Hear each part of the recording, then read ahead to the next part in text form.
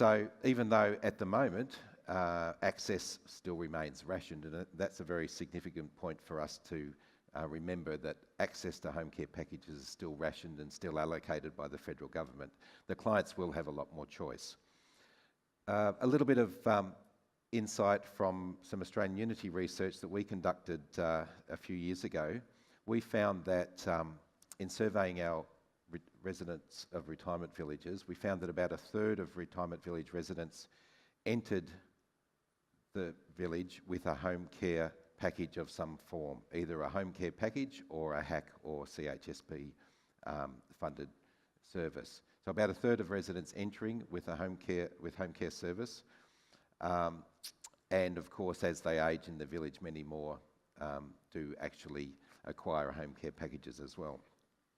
Separate piece of research we did about 3 years ago, interviewing non-residents of retirement villages, people who are of an eligible age but who hadn't chosen retirement living. They stated that about 90% of them stated that if they knew that care was available in the retirement village, then they felt that they could stay in that village for the rest of their lives. One of the barriers to moving into retirement village for these residents was the fact that they may have to move again. But if they didn't have to move again, if they could just move once from their home to a retirement community, then they felt that if the care was there, should they need it, then they could stay in that retirement village for the rest of their life. I thought that's something very interesting to think about, particularly when we talk to our panel. So I'll introduce Cam first. Cam Ansell, as you know, Managing Director of Ansell Strategic, probably 25 years in the industry, I suspect, or maybe just a bit more. Let's 5 years or so, yes. Suzanne Pedersen, owner of Lux Care, but of course has a very strong heritage in both acute health and of course known to many of you at a time at Lend-Lease Aged Care and also COO of Ality. And Nick Loudon, CEO and MD of Seasons Group for 4 or 5 years now, and really someone who's really starting to rethink and innovate the model of retirement village and home care. Again, a very strong background in private and public health, and so to kick off this with a bit of a pun, I'd say that Nick's a seasoned health professional. Cam, you've been commissioned by the Retirement Living Council to undertake some research. Do you want to kick off by telling us a little bit about that? Yeah, sure, Derek. So Property Council has engaged us to do work over the last 6 months, and it's involved a combination of international literature research and surveys and workshops we've run across the country with the operators of about 300 villages, most of them providing some level of care or support services into their villages. The research overwhelmingly shows that retirement villages represent a very efficient and effective location to be able to provide home care services. And the research and the reports are driven under 3 main impetuses. The first is around the huge increase in the number of people requiring and expecting care in the future, a demographic which is more empowered, more of an entitlement philosophy, and of course, as Derek said, from February next year, the ability to be able to command more. Also, generally, people that are better resourced to be able to accept user pay services where it meets their need. The second is around the retirement village sector and the ability to be able to expand the service offering, but also to develop and foster stronger relationships with the residents.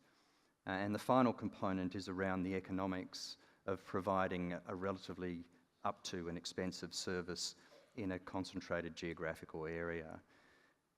The findings that are presented in the report talk not just about the improved happiness and satisfaction of residents and families of residents, but it also talks about the huge savings to taxpayers and government, particularly in relation to a deferral or a substitution of residential aged care services and reduced pressure on the acute sector.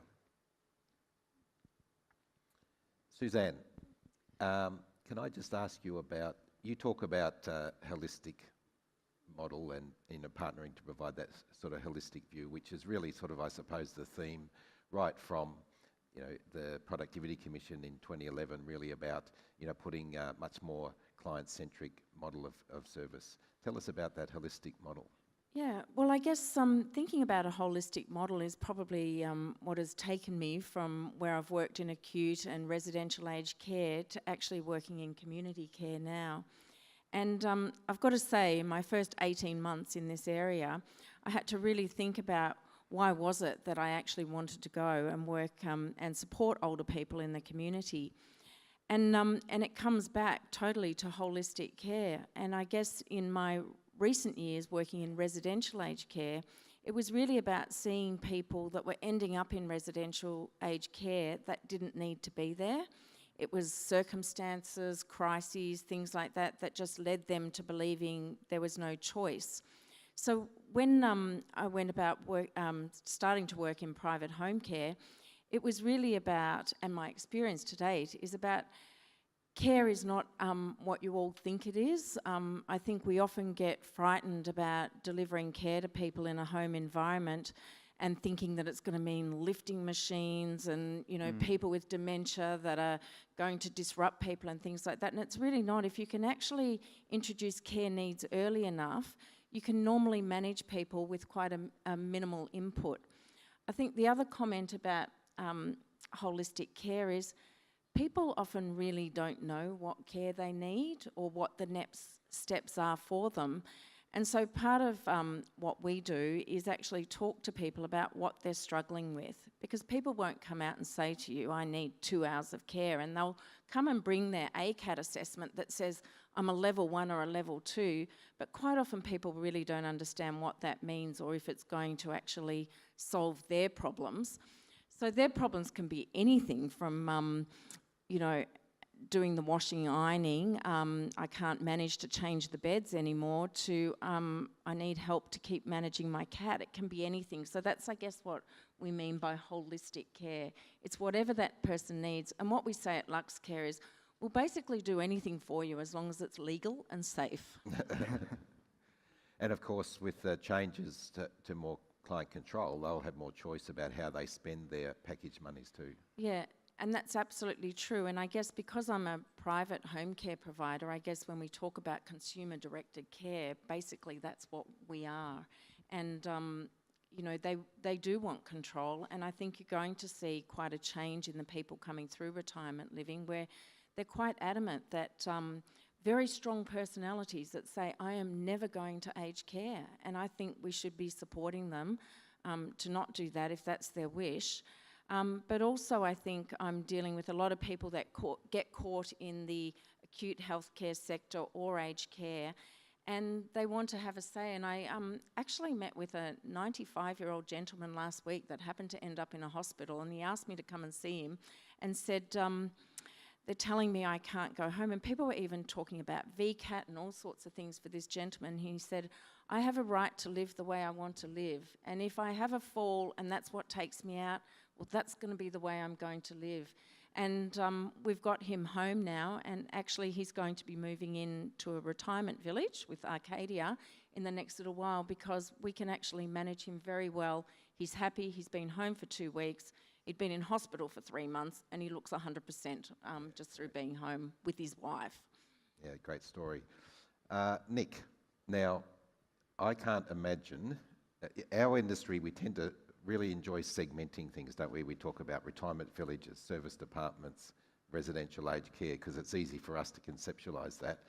What I love about what your model is really throwing all that away and then putting the person at the centre and saying, well, how do we provide accommodation and services in a way that the client wants? Maybe you should share your model and inspire some people to have a think about